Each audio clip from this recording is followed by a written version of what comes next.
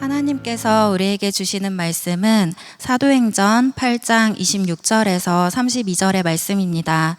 제가 보는 성경으로 201쪽입니다. 이제 사도행전 8장 26절에서 32절의 말씀을 봉독하겠습니다. 다 함께 일어나셔서 하나님의 말씀을 경청하시기 바랍니다. 주의 사자가 빌립에게 말하여 이르되 일어나서 남쪽으로 향하여 예루살렘에서 가사로 내려가는 길까지 가라 하니 그 길은 광야라. 일어나 가서 보니 에디오피아 사람 곧 에디오피아 여왕 간다게의 모든 국고를 맡은 관리인 네시가 예배하러 예루살렘에 왔다가 돌아가는데 수레를 타고 선지자 이사야의 글을 읽더라. 성령이 빌립더러 이르시되 이 수레로 가까이 나아가라 하시거늘 빌립이 달려가서 선지자 이사야의 글 읽는 것을 듣고 말하되 읽는 것을 깨닫느냐 대답하되 지도해 주는 사람이 없으니 어찌 깨달을 수 있느냐 하고 빌립을 청하여 수레에 올라 같이 앉으라 하니라. 읽는 성경 구절은 이것이니 일러스되 그가 도살자에게로 가는 양과 같이 끌려갔고 털 깎는 자 앞에 있는 어린 양이 조용함과 같이 그의 입을 열지 아니하였도다. 아멘. 여러분 각자의 삶의 자리 가운데서 기도의 제목들이 있다면 어떤 것을 놓고 주로 기도를 하고 있습니까?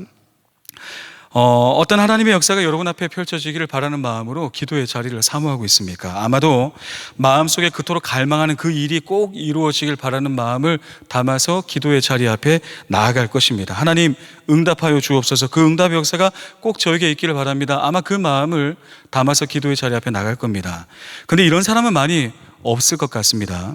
기도할 때 하나님 저에게 감당할 수 있는 정도의 시련을 허락하여 주시옵소서. 왜냐하면 때때로 찾아오는 시련은 저를 성장시킬 것을 알고 있기 때문입니다. 주님, 저는 아직 더 배워야 할 것이 많이 있는 사람입니다. 그렇기 때문에 제가 혹 현실에 안주해 있거나 마음이 뭔가 모를 것에 좀 정체되어 있다라고 한다면 주님 저를 훈련의 시간으로 내몰아 주셔서 제가 계속해서 성장해 나가고 저의 인생의 그릇이 하나님의 뜻 가운데서 귀하게 쓰임받는 그런 그릇 될 수 있도록 저를 훈련시켜 주시옵소서. 주님 젊음의 시절에는 제가 조금 감당할 수 있을 정도의 실패도 허락하여 주셔서 나의 인생에서 마주하는 큰 실패를 피할 수 있는 지혜를 얻게 하여 주시고 내가 경험해 본 실패의 이 감정이 있기 때문에 혹 나의 주변에 누군가가 실패의 그늘 아래서 힘들어하는 사람이 있다면 나를 통해서 위로가 전달될 수 있도록 하나님 저의 실패를 사용하여 주옵소서. 주님 저의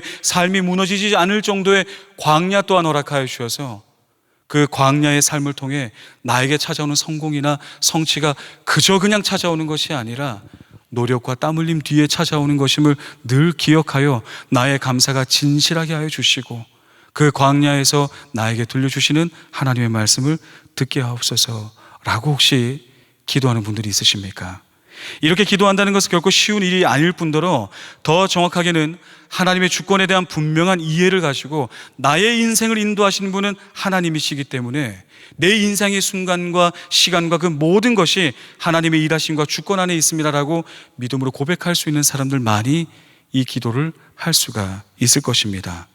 물론 그렇다고 해서 이런 기도를 하지 않는다고 해서 신앙이 성숙한 사람이 아니라거나 은혜 밖에 있다라고 말할 수는 없습니다. 왜냐하면 하나님께서 우리에게 주신 그 은혜는 우리의 어떠함 때문에 주는 것이 아니라 하나님의 무조건적인 사랑과 예수 그리스도께서 우리를 위해서 희생하여 주신 그 놀라운 은혜 덕분에 우리의 삶에 하나님의 은혜가 찾아오는 것이지 우리의 어떠함 때문에 기도가 어떻게 했다고 해서 우리의 삶에 찾아오는 그런 은혜가 결정되거나 나의 신앙의 성숙도를 측정할 수 있는 기준이 될 수는 없습니다. 그래도 불구하고 나의 인생에 하나님의 권능과 능력을 경험하며 살아가는 삶이 될 수 있는가? 하나님의 은혜는 받았지만 하나님의 주권과는 아무런 상관없이 하나님의 일하심의 역사가 나의 삶 가운데 어떻게 나타나는지는 전혀 이해함이 없이 그렇게 여러분의 삶이 조금은 건조하게 드라이하게 흘러갈 수도 있다는 것을 여러분 절대 잊어서는 안 되는 것입니다. 하나님께서 우리를 향해서 많은 계획들 가운데 우리가 다 이해할 수는 없지만 하나님이 나를 사랑하심으로 역사의 주관자가 되시고 나의 인생을 관통할 때 나의 그 인생 가운데 하나님의 주권과 섭리가 있다는 것을 우리가 알고 있다면 때로는 하나님께서 우리를 향해서 이끄시는 그 힘듦의 시간, 벅차오르는 그 고통의 시간, 내가 이 원하지 않는 그런 장소에 있다 할지라도, 이러한 이끄심이 있다 할지라도 하나님 나와 함께 하심을 잊지 않고 기도의 자리 앞으로 나아갈 수 있어야 하는 것입니다. 우리의 기도가 하나님의 주권의 영역 안에 더 들어가야 합니다. 그래서 여러분 드리는 말씀이지만, 여러분 기도는 좀 배워야 합니다. 여러분의 기도도 훈련되어야 합니다. 기도를 훈련하지 않고 배우지 않는다면 내가 갖고 있는 소원을 주님께 올려드리는 것 그 이상의 한 발자국도 나갈 수가 없어요. 금성에 나아오시고 금성 챌린지에 참여하세요. 우리가 또 준비하고 있습니다. 무엇을 갈아서 거기다 넣을지 모르겠지만 죄송해요. 오늘 제가 컨디션이 조금 안 좋아서. 우리가 함께 모여서 기도할 때에 나라와 민족을 위해, 세계 열방을 위해 또 많은 기획의 기도회를 가지고 우리의 기도의 지경을 넓혀가는 계획들을 하고 있습니다. 제 영혼을 갈아 넣겠다라고 하는 표현은 너무 거창한 것 같아서 제 비계를 한번 갈아 넣어 보겠습니다. 살이 쭉쭉 빠지는 한이 있더라도 제가 여러분의 그 기도의 자리를 한번 섬겨보려고 마음 먹고 있습니다. 오늘 본문의 말씀에 보게 되면 이러한 하나님의 주권 가운데 나의 삶이 있노라고 고백하는 한 사람이 등장합니다. 사실 그가 이런 선택을 하는 것이 좀 의아할 수 있어요. 그럼에도 불구하고 하나님의 주권이 있다는 것을 알고 있기 때문에 하나님께서 나의 삶을 인도하시는 그런 권능자임을 믿음으로 고백할 뿐만 아니라 삶으로 선택하는 훈련을 그의 삶 가운데 감당해 왔기 때문에 특별한 선택을 하는 한 사람이 오늘 본문에 등장합니다. 우리 오늘 본문의 말씀 26절 말씀을 같이 한번 읽어볼까요? 26절 우리 한 목소리로 읽어보도록 하겠습니다. 함께 읽겠습니다. 시작.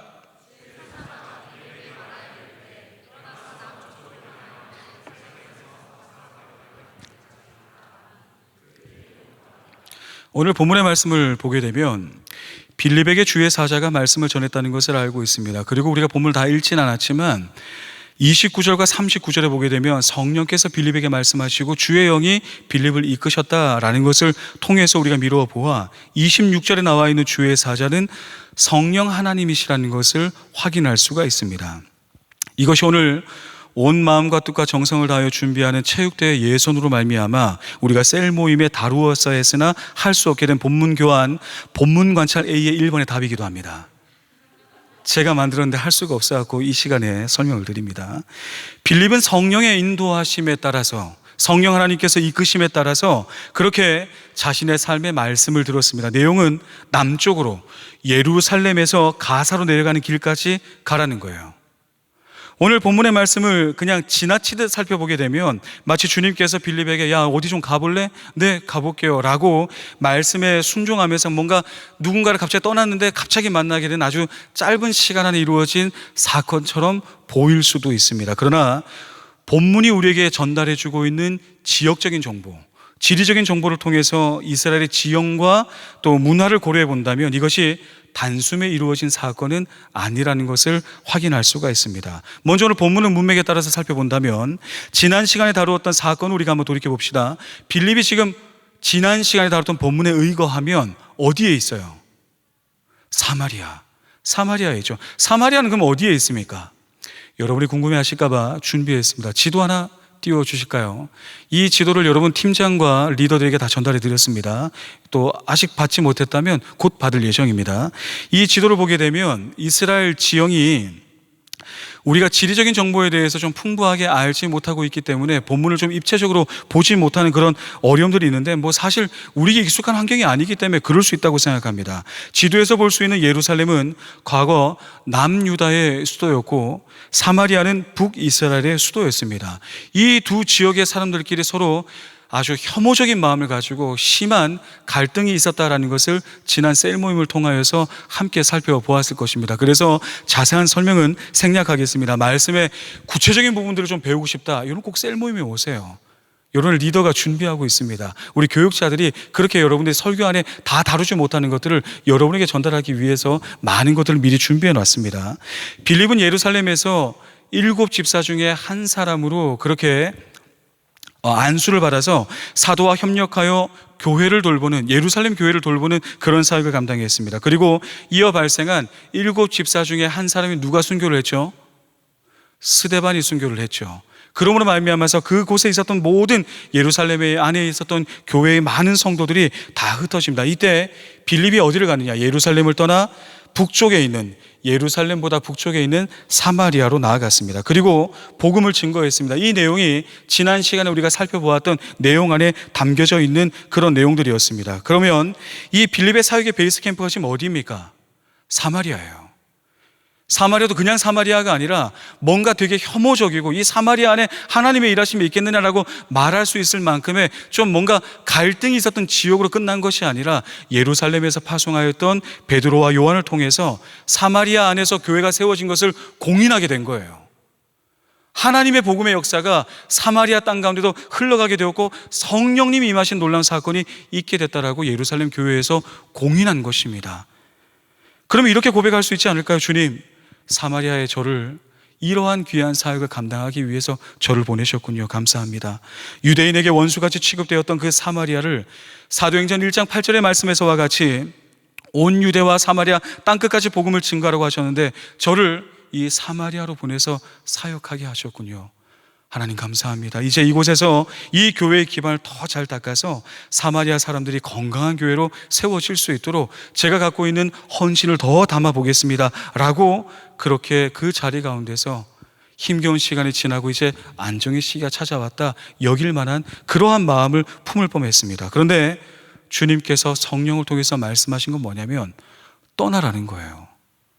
방금 이제 박해의 자리에서 떠나와서 이 힘겹고 편견이 많은 곳 가운데서 사역을 잘 일궈냈는데 떠나라는 것입니다.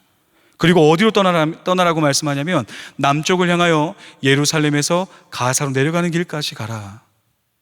뭐 길로 가라는 것이 어딜 가라는 게 아니에요. 적절한 예인지 모르겠지만 하나님, 제가 이제 천안중앙교회 청년부에 와서 1년 반 정도 이렇게 안정된 사역을 해서 이제 좀 제가 사역할 맛이 납니다. 근데 주님께서 갑자기 강용원 목사야, 이제 그곳을 떠나 목양교회로 가라. 목양교회에서 다시 한번 청년부를 일으켜라. 뭐 이런 말씀과 비슷한 거 아닐까요? 지도 한 번 더 보여주시겠습니까? 지도를 보게 되면 2번 사마리아에서 3번 가사로 가는 길까지 여정, 그 길이 보이나요? 엄청 긴 거리예요. 절대로 짧은 길이 아닙니다. 보통 우리가 예루살렘에서 사마리아까지의 거리를 74km라고 합니다. 그리고 예루살렘에서 가사까지의 거리를 70km로 보고 있습니다. 다시 말해 예루살렘을 거치지 않고 지금 보여있는 저 3번에 해당되는 저 경로로 이동을 하게 된다면 아마도 예루살렘을 거치지 않고 가기 때문에 넉넉 잡고 130km 전후가 되는 엄청난 거리임을 알 수가 있습니다. 심지어 이제 지도는 안 보여주셔도 됩니다. 이 정도의 길이 그냥 단순한 길이 아니라 특별한 특징을 갖고 있다라고 오늘 본문의 말씀 우리가 함께 읽었던 26절 마지막에 기록되어 있습니다. 우리 26절을 한 번 더 읽어보겠습니다. 함께 읽겠습니다. 시작.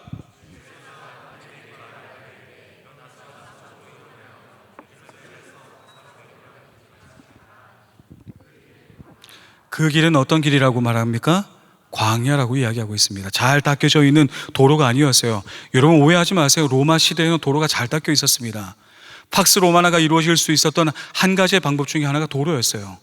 도로를 얼마나 잘 정비해 놨는지 모릅니다. 이 시대에 이런 로마의 인프라가 구축되었기 때문에 빌립을 비롯하여서 수많은 사도들이 곳곳에 복음을 전할 수가 있었습니다. 그런데 이 길은 그렇게 도로가 잘 닦여져 있는 길이 아니라 광야의 길이었습니다. 제가 여러 번 소개한 적이 있지만 광야 여러분 기억나시나요? 아무런 생명이 살 수 없는 너무나도 척박한 땅이 바로 광야입니다. 사막과는 다릅니다. 계곡의 형태를 갖고 있고 산과 같은 지형지물이 있지만 사막과 다른 형태로 매우 건조하고 아무런 생명력이 없는 그런 땅이 바로 광야입니다.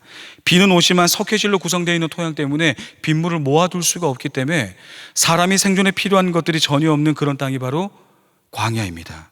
주님께서 빌립에게 이 광야로 이끄신 것입니다. 심지어 130km 정도 되는 그 먼 길을 명확한 목적지도 알려주지도 않고 왜 가는지도 몰라요.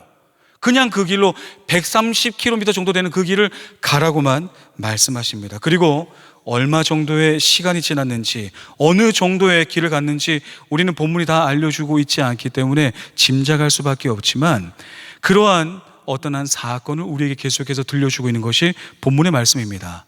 빌립은 누구를 만났습니까? 오늘 본문의 말씀에 누굴 만났죠? 에디오피아 사람을 만납니다. 그는 국고를 관리하는 관리였습니다. 이 사람이 누구인지 또 왜 가사로 가는 길에 있었는지는 조금 뒤에 다루기로 하고, 적어도 그의 행적은 분명하게 본문에서 밝혀주고 있습니다.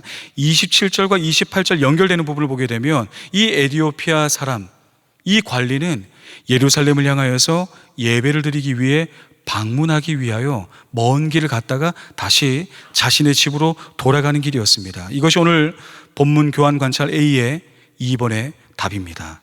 자, 지도를 한 번 더 보여주셔서 감사합니다. 예루살렘보다는 좀 충분히 아래에서 만났겠죠. 왜냐하면 예루살렘에 갔다가 가는 길이었으니까. 그러면 저 목적지가 한 140km 정도가 된다고 치더라도 아마도 어느 지점인지 정확하게 알 수는 없지만 사마리아에서 예루살렘까지가 70km인 걸 고려한다면 최소 100km 정도 넘는 길의 어느 시점에 오늘 본문에서 빌립과 이 에디오피아 관리를 만나게 되었던 것으로 보입니다. 다시 말해 그저 26절에 성령의 지시함을 받게 되었고 그 즉시 만난 것이 아니라 27절과 28절의 사건이 있기까지 성령의 이끄심에 순종해서 100km를 걸어갔어요. 아무도 만날 수도 없고 왜 가는지도 모르는 그 긴 시간과 그 긴 거리를 뚜벅뚜벅 걸어가며 그렇게 순종의 길을 걸어갔던 빌립이었다는 것을 오늘 말씀을 통해서 확인할 수가 있습니다. 여러분이라면 이 말씀에 순종할 수 있겠습니까? 우리 강지수 자매라면 순종할 수 있을 것 같아요. 제가 정말 신뢰하는 동력자이기 때문에. 여러분은 어떨 것 같아요? 사실 광야로 가는 길이 왜 가는지도 모르고 사마리아에서도 어느 정도 성과를 보았기 때문에 하나님, 이제 이곳에서 제가 할 일이 더 있지 않겠습니까? 라고 고백할 법도 한데 그 모든 것을 다 뒤로하고 광야길로 나아가라고 말씀하신 것입니다. T와 J의 성향이 강한 사람들은 이런 하나님의 말씀 너무 힘들었을 것 같아요. 제 이야기가 아닙니다. 주님 왜 가라고 하시는 겁니까? 거기 뭐가 있습니까? 주님, 제가 그러면 그 길을 어떻게 가야 하는 겁니까? 준비는 좀 해야 되지 않을까요? 아니 주님, 혹시라도 가는 길에 아무도 없으면 어느 지점에 돌아올까요? 그냥 계속 가면 되나요? 주님, 어디로, 무엇을 향해서 왜 이렇게 말씀하십니까? 혹시 제가 뭐 잘못한 게 있으면 다리 그냥 뭐라 하시는 게 낫지 않을까? 주님, 이렇게 말씀하시는 거 좀 제 마음이 너무 좀 힘들지 않겠습니까? 라고도 고백할 만한 그런 하나님의 명령이었습니다. 근데 놀라운 건 뭐냐면 이렇게 방향도 불분명하고 무엇을 해야 되는지 뚜렷하지도 않은 이러한 성령님의 지시하심과 인도하심 앞에 오늘 본문의 말씀 가운데 하나님의 도구로 쓰임받는 이 빌립은 너무나 지나치게 즉각적으로 순종합니다. 오늘 본문에 나와 있는 빌립의 행동은 몇 단어가 안 돼요. 일어나 가서 보니. 너무 단순하게 순종하는 이런 즉각적인 헌신으로 말미암아서 이 지금 시간이 얼마나 흘러간 건지, 이 과정이 얼마나 길었던 건지 우리가 예측하기도 힘들 정도로 너무나 즉각적으로 순종을 합니다. 이때 만난 사람이 바로 에디오피아 관리였습니다. 그럼 이제 이 사람에 대해서도 한번 살펴보도록 하겠습니다. 이 사람은 어떤 이유였는지 모르겠지만 권력을 많이 누리는 위치이긴 했으나 후사를 볼 수 없는 넷이었다. 그렇게 성경은 우리에게 이 사람에 대한 인물됨을 우리에게 알려주고 있습니다. 그는 이방인이었던 것으로 보입니다. 왜냐하면 에디오피아 사람이라고 너무나도 명시하고 있기 때문입니다. 그 에디오피아 사람, 이방인이 예루살렘을 향하여 예배를 드리고 가고 있습니다. 이것으로 미루어 보아 아마도 이 에디오피아 사람은 분명 이방인이긴 했지만 유대인으로 개종했을 것으로 보고 있습니다. 그 실제로 역사 안에 이러한 경우들이 있었다고 합니다. 이것이 우리가 갖고 있는 교환 A의 3번의 답입니다. 그런데 이러한 유대인으로 개종했다라고 생각을 하고 보아도 이 사람의 행동이 좀 예배자로 봤을 땐 조금 일반적이지 않습니다. 왜냐하면 성전은 개종한 이방인이라 할지라도 유대인 그룹으로 받아들이긴 했지만 그들에게 성전에서 이루어지는 예배의 모든 것을 다 개방하지는 않았기 때문입니다. 자료 하나가 더 있는데요. 성전의 평면도입니다. 한번 좀 띄워주실까요? 이것도 여러분에게 자료로 다 드렸습니다. 셀 리더를 통해서 받으실 수가 있을 겁니다. 여기 보게 되면 제일 아래쪽이 이제 출입구라 생각을 하고 이 제일 아래쪽에 있는 출입구 위에 어떤 뜰이 있습니까? 여인의 뜰이 있죠. 바로 여기가 유대인 여성들이 갈 수 있는 마지막 지점이에요. 성전 안에는 이 시기가 좀 그랬던 것 같아요. 남녀의 차별을 꼭 두진 않았지만 유대인 남성만이 미카노라고 하는 저 미문을 지나서 성전 안에 아주 중요한 기구가 있고 제사를 드리는 아주 중요한 건물에는 유대인 남성만 들어갈 수 있었습니다. 그리고 그 앞에 있는 뜰은 여인들이 갈 수 있는, 여인들의 마지막 갈 수 있는 여인의 뜰이었습니다. 그렇다면 이방인은 저기에서 어디까지 갈 수 있었을까요? 저기 문턱을 단 하나도 넘을 수 없었습니다. 실제로 성전이 이보다 좀 더 컸어요. 그렇기 때문에 저 성전을 두르고 있는 저 외벽 바깥에 이방인이 있는 것은 허용되었으나 여인의 뜰의 출입구에 저 문턱도 넘을 수 없었습니다. 그리고 그 문턱에는 이런 비문이 하나가 기록되어 있었는데, 이방인은 안쪽들과 성소 주변 난간 주변으로 들어올 수 없다. 들어오다가 잡히는 모든 이방인은 죽을 것이다라고 하는 협박문이 저 여인의 뜰 들어가는 입구에 비문으로 기록되어 있었다고 합니다. 다시 말해 이방인으로서는 유대인들이 누리던 예배의 그 많은 것을 누릴 수가 없었습니다. 뿐만 아니라 이러한 한계에 한 걸음 더 나아가서 에디오피아 관리는 후사를 볼 수 없는 내시였기 때문에 율법의 기준으로 따르면 그는 영원히 총회에 들어갈 수 없는 신체의 장애를 가진 사람으로 그렇게 취급을 받았습니다. 그럼에도 불구하고 이 에디오피아 사람이 놀라운 거예요. 이런 차별이 자기에게 있다는 것을 알고 있음에도 불구하고 이 차별을 받을지언정 내가 예배를 드리고 싶어서 간 겁니다. 예루살렘 성전에서 저기에서는 어떻게 예배를 드렸을까요? 문턱에 들어갈 수 없으니까 교회 문 밖에서 예배 드리는 거 구경한 게 다예요. 이방인은 그럴 수밖에 없었으니까. 그리고 우리가 알고 있는 지리적인 정보대로 에디오피아는 아프리카 대륙 하단에 위치해 있습니다. 그래서 아프리카 대륙 하단에 위치하고 있는 이 에디오피아에서 예루살렘까지의 거리가 자그마치 1500km예요. 1500km. 단 한 번의 예배, 이 단 한 번의 예배를 위해서 이 에디오피아 내시는 하나님께 나아가는 이 열정을 자신의 삶 가운데 담아내기 위해서 차별이 있다는 것을 알고 있음에도 불구하고, 내가 그곳에 나가서 적극적으로 예배자로 참여할 수 없다는 것을 알고 있음에도 불구하고 예배를 드리기 위해 하나님 앞으로 나아왔던 것입니다. 이 사람은 이방인이었기 때문에 모든 것이 낯설었습니다. 태생적인 유대인이 아니었기 때문에 누가 그에게 친절하게 설명해 주지도 않았습니다. 예배를 향한 열망은 있었지만 성전 안에 미문 안으로 조금도 들어올 수 없었고, 뿐만 아니라 이방인의 뜰에서 그저 멀리 성전에서 이루어지는 것들을 구경하는 것으로 예배를 드렸다고 여기는 그런 마음을 가지고 그곳에 서 있었습니다. 1500km를 걸어와서, 물론 수레를 타고 왔겠으나 그 먼 거리를 이동하여 와서 그렇게 자신이 할 수 있는 것 그것밖에 없었지만 그 한 번의 예배를 위해서 자신이 갖고 있는 것을 사용하며 하나님께 예배드렸습니다. 바로 이 사람을 만나게 하기 위하여 하나님께서 빌립을 준비한 것입니다. 이 에디오피아 사람, 예배를 향한 열망은 있지만 그가 느끼는 한계, 깨달을 수도 없고 다가갈 수도 없는 이 경건한 이방인에게 광야 한복판에서 빌립을 통하여 복음이 전달되었던 것입니다.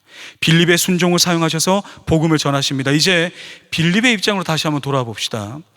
그는 당혹스러울 수 있겠지만 성령의 지시함을 받아 순종함으로 광야의 길에, 비록 에디오피아 사람이 걸어온 길에는 못 미치긴 하겠으나 결코 짧지 않은 그 100km에 해당되는 그 먼 길을 T와 제2의 성령을 가진 사람들에게 너무나 힘겨운 형태의 말씀에도 불구하고 순종함으로 그렇게 나아갔습니다. 그 사람을 만날 때까지, 그 사람이 발견될 때까지 포기하지 않고 그의 걸음을 계속해서 걸어갔습니다. 도중에 멈추었다면, 시간을 조금만 늦추었다면 만날 수 없을지도 모르겠죠. 그러나 그가 갖고 있었던 그 순종에 온전하게 순종했기 때문에 이 사람을 어느 한 지점에 만날 수 있게 됩니다. 그리고 그에게 다가가 이야기합니다. 우리 30절 말씀 같이 한번 읽어볼까요? 30절의 말씀 같이 읽어보겠습니다. 함께 읽겠습니다. 시작.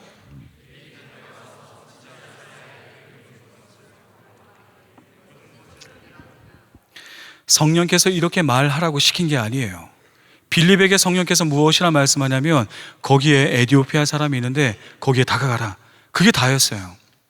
이 다음부터 빌립이 하는 말들은 그가 갖고 있었던 성품, 그 자신의 인생 가운데 담고 있는 부르심에 대한 확신과 그 인생의 길의 가치에 따라서 이렇게 친절한 매너를 가지고서 에디오피아 사람에게 먼저 질문하며 다가갑니다. 그는 이렇게 말할 수도 있었습니다. 이 사람 만나려고 내가 여기까지 걸어왔어야 했어? 만나자마자 왜 굳이 여기까지 와서, 내가 지금 당신 만나려고 얼마를 걸어온지 아세요? 물은 좀 있습니까? 100km를 걸어오는 동안 얼마나 많은 것들이 힘들었겠습니까? 여러분 100km 걸어본 적 있어요? 저는 걸어봤습니다. 11사단을 나왔습니다. 행군을 그렇게 했어요. 내 다리가 아니에요.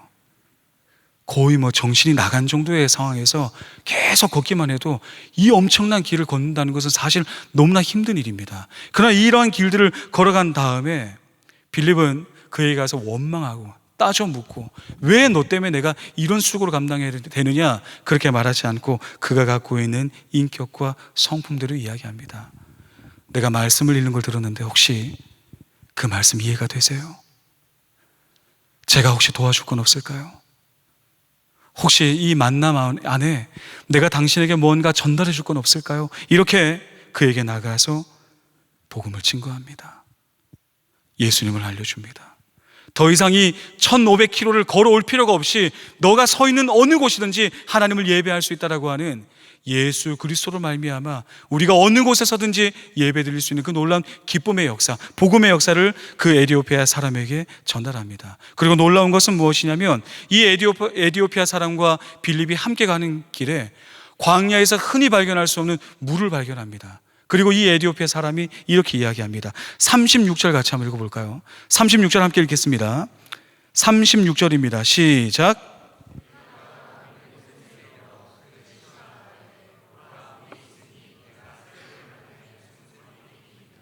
광야의 길에 물을 발견한 것도 기적 같은데 이 에티오피아 사람이 먼저 이야기를 합니다. 복음을 받아 듣고 얼마나 열망이 컸겠습니까? 예배를 향한 열망, 하나님의 일하심에 대한 그 간절함의 크기가 얼마나 컸겠습니까? 그러니 이 복음을 듣고서 고백합니다. 나도 세례 받을 수 있습니까?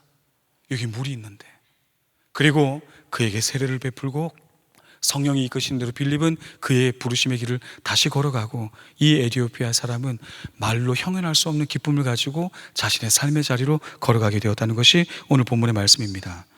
빌립은 삶에 하나님께서 허락하신 광야의 길로 초대하신 것은 에티오피아 한 사람에게, 이 단 한 사람에게 복음을 증거하기 위함이었습니다. 이방인으로 하나님을 경외하는 이 사람을 1500km의 그 거리를 마다하지 않고 단 한 번의 예배, 자신을 향해서 편견을 갖고 있고 내가 가서 할 수 있는 것이 많이 없다는 것을 너무나도 잘 알고 있었지만 하나님을 한번 예배해 보겠다는 그 열망을 가지고서 이 먼 거리를 마다하지 않고 주님께 나아갔던 그 사람을 하나님께서 아셨기에 빌립을 준비하셔서 그 사람에게 복음을 듣게 하셨고 진정한 예배자의 삶으로 그를 초대해 주신 것입니다. 그리고 이제는 더 이상 짐승의 제사가 아니라 예수 그리스도께서 십자가에서 이루신 그 대속의 은혜로 말미암아 우리 모두가 예배의 자리로 나아갈 수 있다라고 하는 것.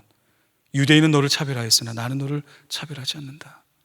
이방인이든 네가 설령 후사를 볼 수 없는 장애를 갖고 있는 몸이든 그 어떤 것이든 나는 차별하지 않고 너를 사랑한다.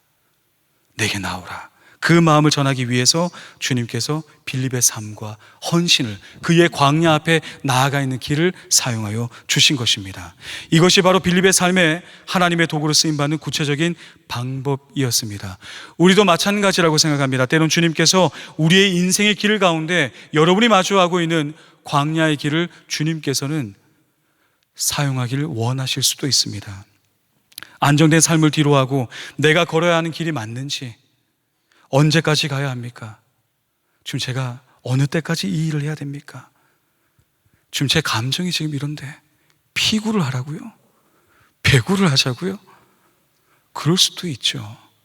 그런 하나님이 공동체 안에 이 교제의 자리를 사용하시겠다 하시면 내 감정 조금 눌러담고 공을 토스하겠습니다. 저 자매 얼굴 빼고 다른 데를 맞추겠습니다. 헌신과 열정을 담아 이 공동체 안에 이루어지는 많은 사역 가운데 여러분이 함께 참여할 수 있는 거예요. 팀을 사랑하고 세론을 사랑한다면 사실 평소에 누가 피구를 해봤겠어요.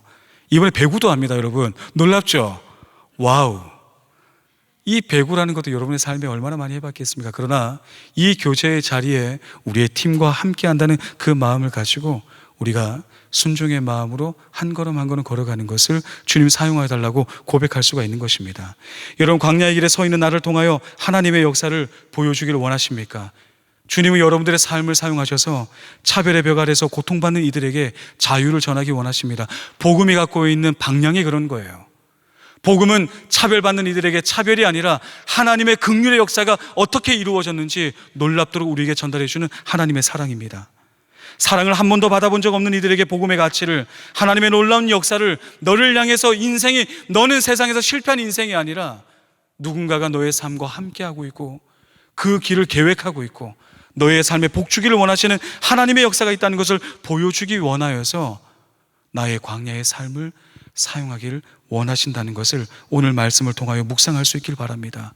그렇게 우리는 빌립이 걸어간 그 광야의 길을 실패의 길이라고 부르지 아니하고 빌립이 걸어간 그 길을 향하여서 부르심의 길이라고 말합니다. 사명의 길이라고 표현합니다. 순종의 길이라고 우리는 의미를 부여하고 있습니다. 우리도 그와 같은 길들을 걸어가야 합니다. 여러분, 혹시 여러분의 삶의 자리 가운데 광야와 같은 길이 있습니까? 아니면 지금은 아니지만 하나님께서 여러분들의 삶의 자리 가운데 역사하심으로 말미암아 광야의 자리로 여러분을 내모실 때에 그 말씀 앞에 순종할 수 있으시겠습니까?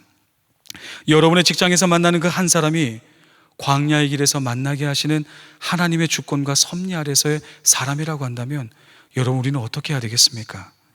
나의 실패의 그 감정, 고통의 그 감정에 누군가를 위로하기 위한 하나님의 큰 밑그림이 될 수가 있는 거예요. 그러니 여러분, 힘내세요. 아직 여러분은 아무것도 결정된 것이 없습니다. 하나님 여러분의 삶을 통해서 어떤 계획들을 갖고 계시고 지금은 비록 약간의 실패감을 경험한다 할지라도 내 삶의 자리가 지금 뭔가 광야 같고 메마른 것 같고 뭔가 뚜렷한 게 아무것도 보이지 않는다 할지라도 낭망하지 마시라고요. 하나님은 여러분을 향해서 계획들을 갖고 계십니다. 지금 이 삶의 자리에서 경험하는 것들이 밑그림이 되어서 여러분의 삶의 자리 가운데 하나님의 역사와 하나님의 주권과 하나님의 일하심의 능력들이 있다는 것을 우리의 삶을 통해서 드러내기를 원하시는 하나님의 뜻과 계획이 있음을 믿음의 시선을 들어, 믿음의 눈을 들어 바라보는 우리 모든 청년들 되기를 간절히 바라겠습니다.